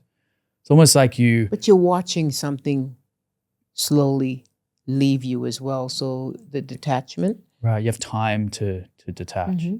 Yeah. And I guess in a way, I mean, to tie it back to diabetes, I feel like I sort of did that with my pre-diabetes Drew. Like I detached, like that person, I'm a different person. Well, that was him. Right. And this is you. Right. But that was then, and this is now. And we change, whether you can see it or not, we change. I don't know if it's a mindset. I don't know what look, I don't know. I wish, do I want to know? No, I'm just enjoying the ride. That's it. Yeah. That is the takeaway from all of this. I'm is just like, enjoying the ride. you can only be here. You can't be. Well, Bill Gates said or- that. He said, as rich as he was, you can only live in one house at a time, drive one car at a time. Right. Eat one meal at a time. Well, you can eat more than one meal if you choose. But you know what I'm saying? I get you. Just be in the moment. A good friend of mine is Deepak Chopra. You know who Deepak is? Yeah. He's fascinating because you mentioned fight or flight. He was the guy who basically invented that. Interesting. The fight or flight. And maybe not invented, but explained it to the world. Right. What was his book? He wrote this. He was an endocrinologist. Right. I've probably heard him speak or I've read a book or something, but that name is Amazing. Yeah. Amazing. A philosopher.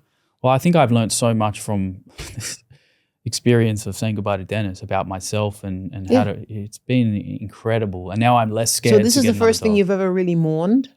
My grandmother passed away, who I was very close to. Like, felt like I bet you were. There's nothing friends. like a grand. No. When you said that. I lived it. There's, my mother used to say, oh, the baby. And I'd say, Mom, the baby's 22. Yeah. What baby? We have no babies. She used to call us my babies. I know.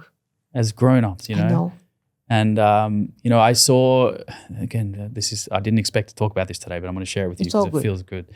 When my grandmother passed away, who was 94 or 5 years old, she wasn't ready to go. She really felt, she just wanted to watch the kids grow up and the grandkids and the great-grandkids. Yeah.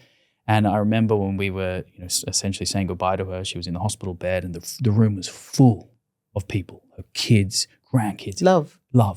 Right? And I think to that moment that she created this incredible family through love. And then I reflected upon myself. I don't have kids. And I kind of had this sort of kind of scary, dark thought of when I'm in that position, who's going to be in the room? Who's going to be in the room? Good. Think about it. Now you can change that dynamic by having people that love you now in that room. Yeah. You know what I mean? And it's funny, you said what you just said, and I'm thinking of your grand, and I'm thinking about a miserable shit who nobody likes. Who would be in the room? Unless it was money involved. Right. And some people, honestly, they go alone. They go alone. Or with a nurse that doesn't know them or care about them. Like, we only have one chance to build quality relationships. Yeah. And that's what life is. You build quality relationships with people you've met.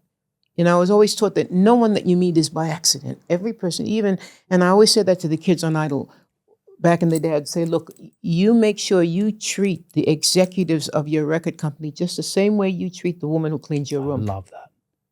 Because they're all people, and they've all got feelings, and they're all worthy of time and love. Everybody is. So true. I don't care about your label. I don't care about your job title, money in the bank. Every human has something to learn from or teach. To give. What a great message. Well, I had other sort of rapid fire, but now that we're going to ditch the hypotheticals, let's just forget about that. I don't even care about that anymore. Look, what a conversation. I mean, thank you so much for being here. I'm sitting here trying to work out your star sign. Have a guess. Oh, I have maybe 3. I think either a Virgo, a Capricorn, or a Cancer. No, none of the above. There you go. See, I tried. No, I can't. I'm Aquarius. Oh, yeah, okay. I don't know much about star signs. Why don't you try to tell me a little bit? Well, look, I was brought up during the hippie era. So, but I was always taught never to judge person and say, because you're that star sign, I won't speak to you. Right. Aquarius. My mother was the 29th of January. I'm the 30th. There you go. There we go. Wow. Amazing. Yeah. Well, to close the show, I know you did your homework. Oh, yeah. Are you ready to take the stage and perform? Well, yeah. Hopefully I can read what I wrote. But thank you for doing this letter as good. well. Nice sugar, 8.8. Ho ho! 8.8? Let me have a check, For me, that's a good sugar. Oh, I'm happy with that too. Here we go. How you going? 6.5. See, you need I some, leveled out. Yeah, That's good. You need some sugar. I'll eat some lunch later. Is that good for you? Yeah, anything like, in that 5 to 6 range I'm pretty happy with. Okay, here we go. So, dear diabetes, you ready? Well, we've been friends for some time now, and we're getting to know one another. On a good day anyway. LOL.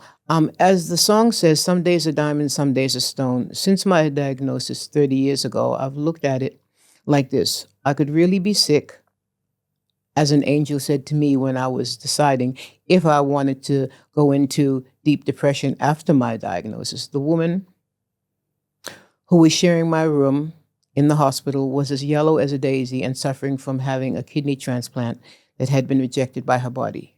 She actually looked at me and said, we could really be sick, couldn't we? I looked at her, smiled, and thanked God that we'd met, because her words made me realize that it can always be worse. She's since passed away, but I shall never forget her words, wisdom, insight about dealing with what one gets. My diabetes diagnosis is doing nicely, and I plan to continue to do so, thanks to my family, friends, endocrinologists, and doctors. Signed, Marcia. Ta-da! Hey, is that okay? I love that. I'm sorry I stumbled, but No, that was so good. Yeah. I love that. Thank you so much for doing that. You're welcome, man. What a cool conversation. Yeah, I feel like I need to meet your dog now. Yeah, we need to have a vegan meal. You Like gotta this. see this puppy. Show me something. Oh, he's just the greatest thing. I mean, he's just, he's cute. Where is he? And we also have to show the camera your I don't have a problem with that. No, your CGM with the that thing. the little gem on the side. Yeah, we'll show that. I'm just trying to find. There's so many. A friend of mine said, "Take pictures because they're the puppies." I know. I've got 10,000 videos of Dennis. I bet you do. It's ridiculous. So I'm trying to find a good picture of him. We'll find something. Well, that's cute. That is cute. That's him. Is he cuddling a teddy bear? He is. Okay, he's a baby, I guess. Yeah, he's a baby. I don't know what you got He there. cuddles everything, even my foot. But yeah, he's great. Yeah, he's a great little thing. What's nice is watching the relationship between him and sister. Yeah, brother and sister. Because she's my girl. She's 6. Yeah. She's my girl. So she travels. So sister's a cat, brother's a dog, and they're cool? They're working it out. They're working it out. They'll figure it out. Yesterday morning, I woke up and she was chasing him. Yeah, right. Instead of him chasing her. Okay. So yeah. So something happened.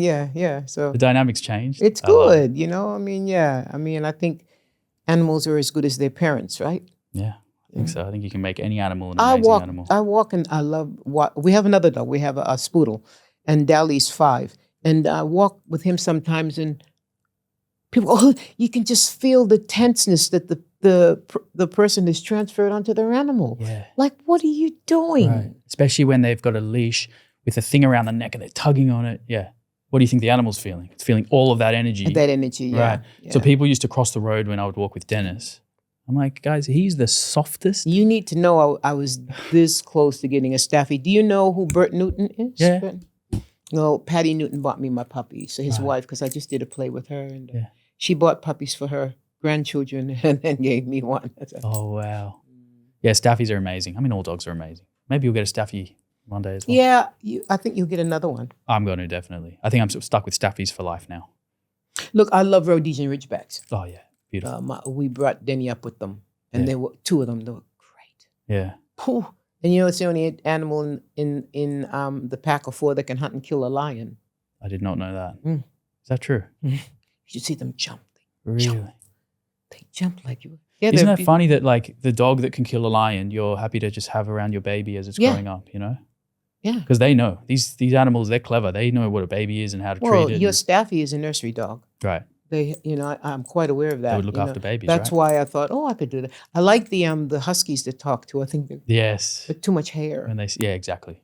Yeah. Too much hair. Did the Staffy shed much? He was a hairy boy. Mm-hmm. Not quite to the level of a husky, but Carly will tell you that. Oh yeah, to keep the house clean. Oh yeah, it was a full-time job, and now she wishes she had that job. You know what I mean? I do. She's like, I wish. Where's the dirt? Where's the mess? So you had him for 7 years, you said? Yeah, no, 9 years. We got him when he was 7, but every day was a bonus because he was a rescue. Like I feel like I should never have had him. The story's actually deeper than that. I'm not going to go into it because it's quite a long one. But I will show So you this is why you're feeling all these things, you realize. Mm. And I think most animals find you. I don't think you find them, Yeah. I don't think, I agree. You think you do, but Yeah. it's so fascinating. How much of this life are you really controlling and living? I know.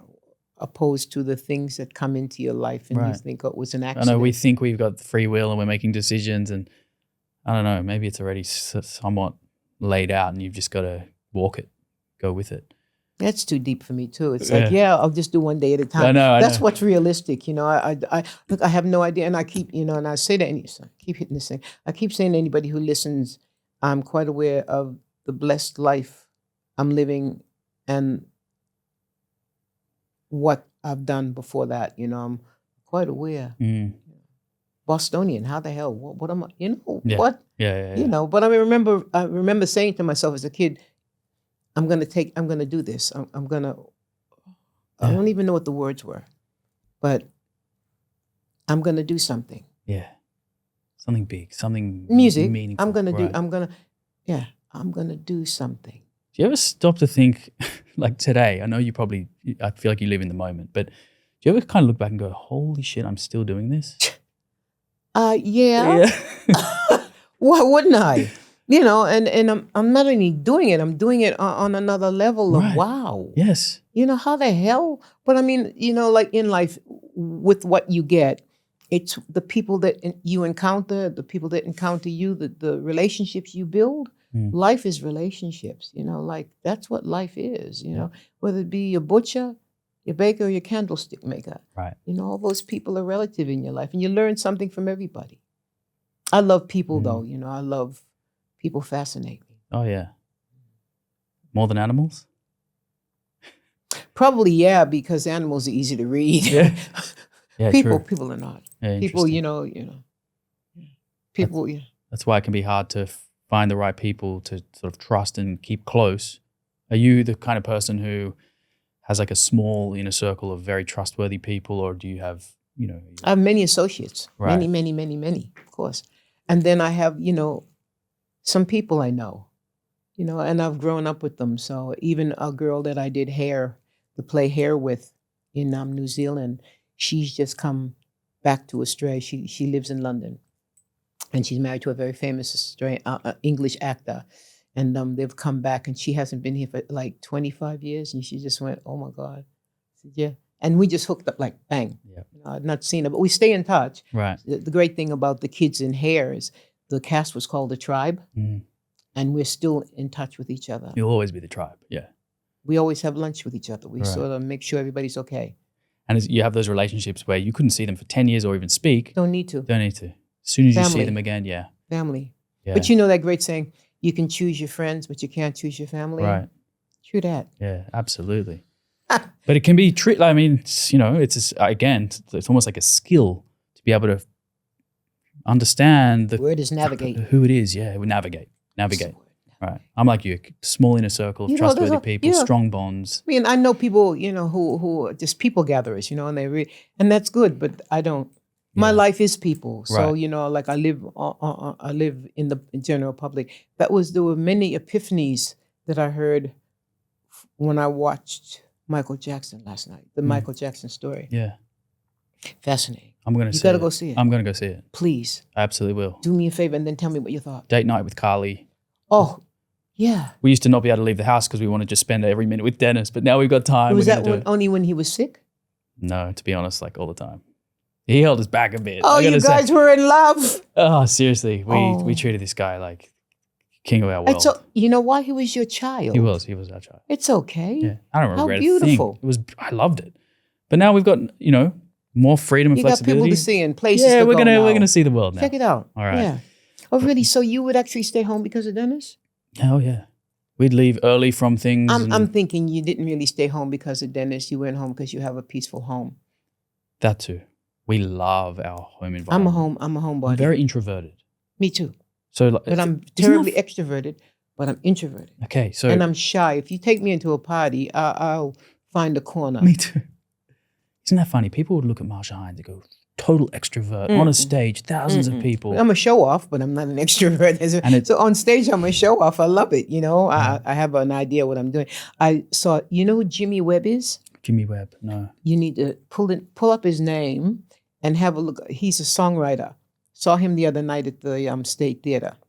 Jimmy Webb. Okay. Jimmy Webb, musician. Oh, yep. See him in front of a piano, 78 years old, born August 15. Is this the same person? Check him out. And he performed at the State Theater. Reason being, I saw him. My sound engineer was doing his sound. Okay. And he invited me to see the show, but it was just him and a piano. Right. Beautiful. But no, you need to see what he wrote. Yeah? He talks about Art Garfunkel. He talks about just the people that he wrote for. Mm. Oh, God. Glenn Campbell, Barbara. You like country and western music? Oh, yeah. Folk music, country west, I love it. I like country and western. Well, I like country and western because of the storytelling aspect. Right. They tell stories so succinctly. Yes. So what sort of musicians do you listen? You like Sting? I listen to, honestly, so many different genres, especially now Spotify feeds me new things. I want to discover. I want to listen to something and go, oh my God, I've never heard a sound like that. I've never heard this Have you artist. heard Jacob Collier? Yes. Okay. He is. Well, that's a freak, but it's a bit much for me. I tried to play it to Bruce. He's one of one. And Bruce just said it's too much. See, musician, I'm just sitting there drowning in the music. But a normal person would go, oh yeah, it's too much. It's not your usual tempo and melodies. No, it's nothing usual. It is so unusual. He's fascinating. It is fascinating. Kid. Fascinating. I went down a rabbit hole. His father was the cello violinist in the symphony, English symphony. Yeah, and his mother was a cello player. Mm. So he I'm not lived. Surprised. Yeah. But he's like almost invented his own guitar skills and the sounds that he creates. And another boy. Astonishing. I did a concert recently in Victoria, and this woman picked us up, and it was a 2-hour ride. So when you're 2 hours ride with my band, we're talking music, we play music. Yeah. And we talked about the bass. Mm. And she said, yeah, I'm a bass player. I said, oh, cool. I said, if there was an instrument I could play, I can't play anything. I play me. Yeah.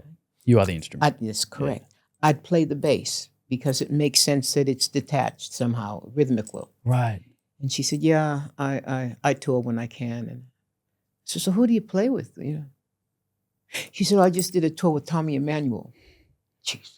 Can you imagine how good she must be? Jesus. I know. I had to move away and went on. Seriously. Can you imagine? I went to school with a bass guitarist who ended up becoming the bass. I think she was voted at one point the best bass guitarist in the world. Oh, she played with Michael for a minute. Is that lady? She played with Michael Jackson, I think. Tull Wilkenfeld. And was she blonde? Blonde with curly hair. Yeah, she played with Michael. I went to school with her. Yeah, but also, Tommy Emmanuel was in my band for years. Mm.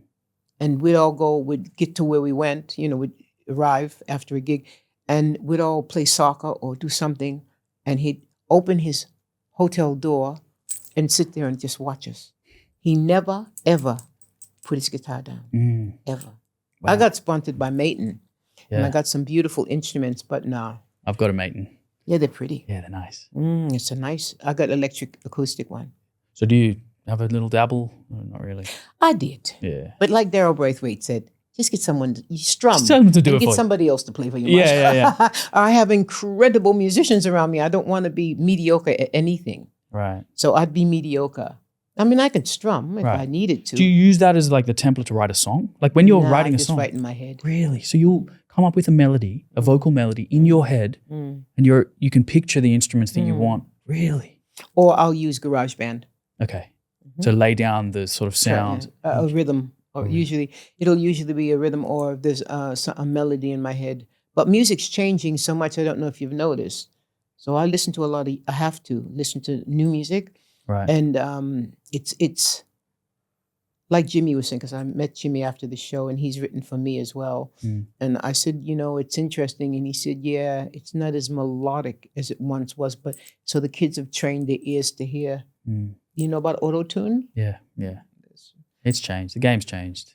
Yeah, but it changed when I was growing up to what it is now. Like our parents must have gone, what the hell? Right. You know, Right. I wasn't so totally into Jimi Hendrix and, like Deep Purple and Yeah. bands, and then there was Aretha and Janis Joplin. Oh, this thing. That's all right. But it's just fascinating in the sense that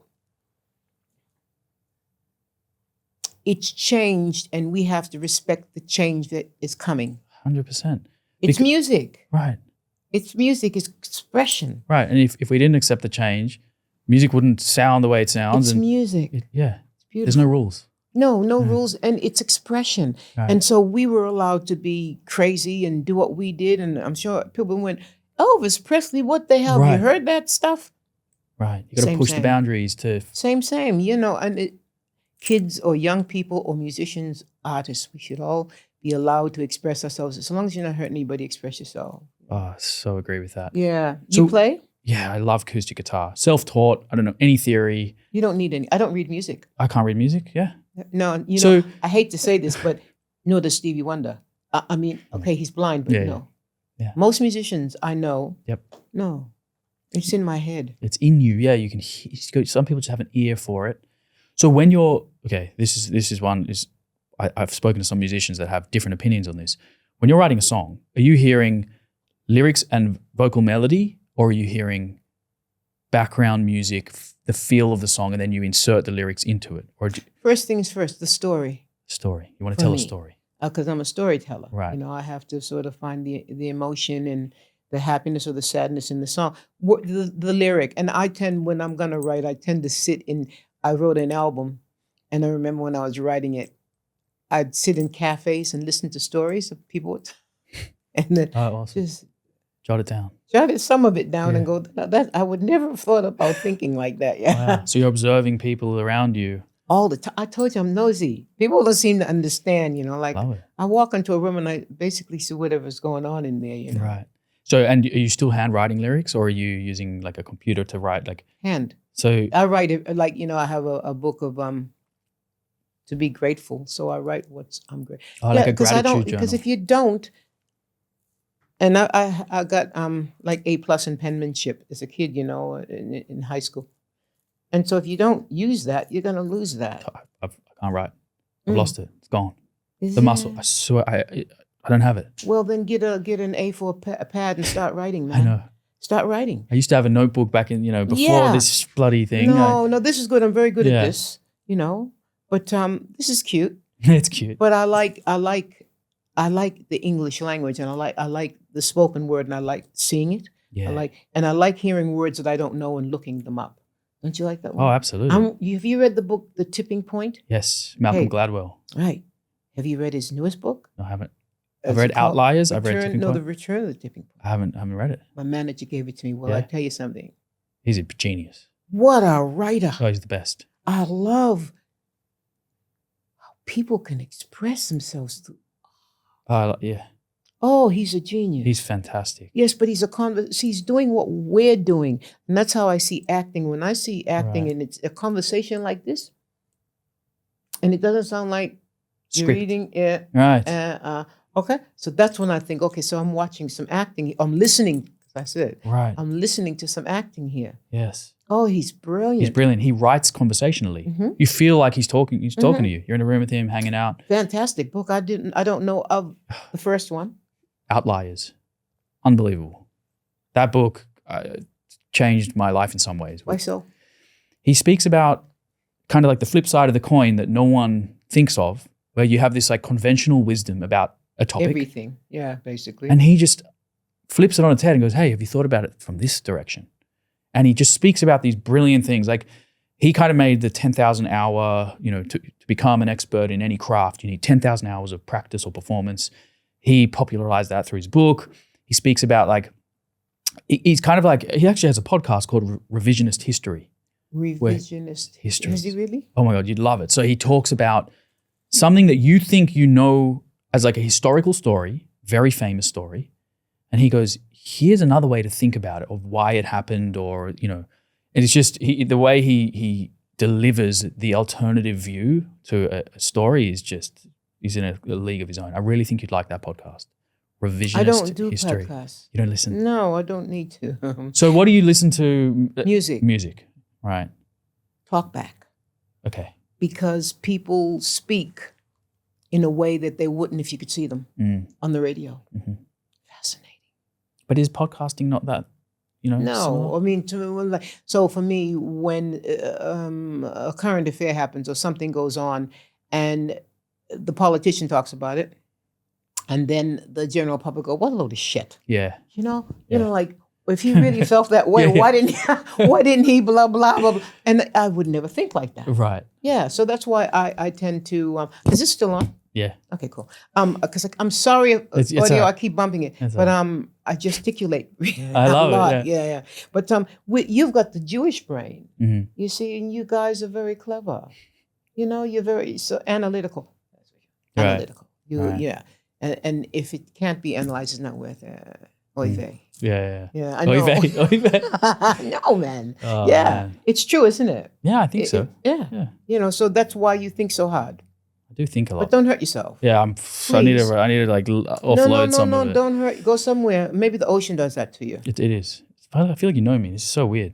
Like I always talk about the ocean being like my reset. So it should be. I just jump in and I come out a different person. Yeah, It's because like- we're fish. yeah.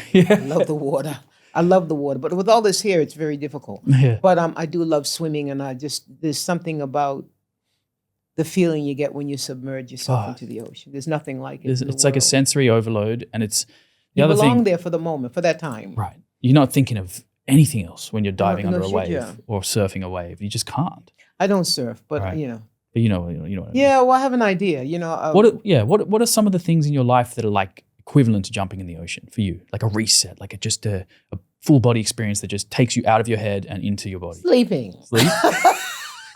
You a good sleeper? I'm a very good sleeper. I gotta sleep because I gotta rest the instrument. You know. Right. So yeah, sleeping and just Bang, turn it off. shutting down. So like when I'm shutting down, I never listen to music because I have to. And I don't listen to myself, but I listen to music. Would have to be sounds like white noise and things because I'm Yes. listening to an instrument. I'm listening to the instrument. Right. I listen to a singer. I'm thinking of the notes that they're singing, and Right. it gets too much in the head. So it's just got to be like nice white noise, like the ocean, Forest, ocean, Ocean. birds. rain. But I love rain. I Yes. can't because they say it's gonna rain, so I'm thinking, oh, good. Really? I love the rain. Just Interesting. don't know why, but just There's something peaceful about it. Yeah. It's that white noise, isn't it? yeah. I love the snow. I love the rain because I grew up in the snow. I was going to so, say, yeah, Boston has plenty of snow, right? Yeah. Cold winters. freezing, not cold. School freezing. closed though. School's like, no school. Right. For how long? 2 weeks. What a shame. Yeah. Yeah. So There's you something stay home. about like doing hard things that is the reset, right? Like living in Boston during a winter. That is like, it doesn't get harder than It was that. big. Right.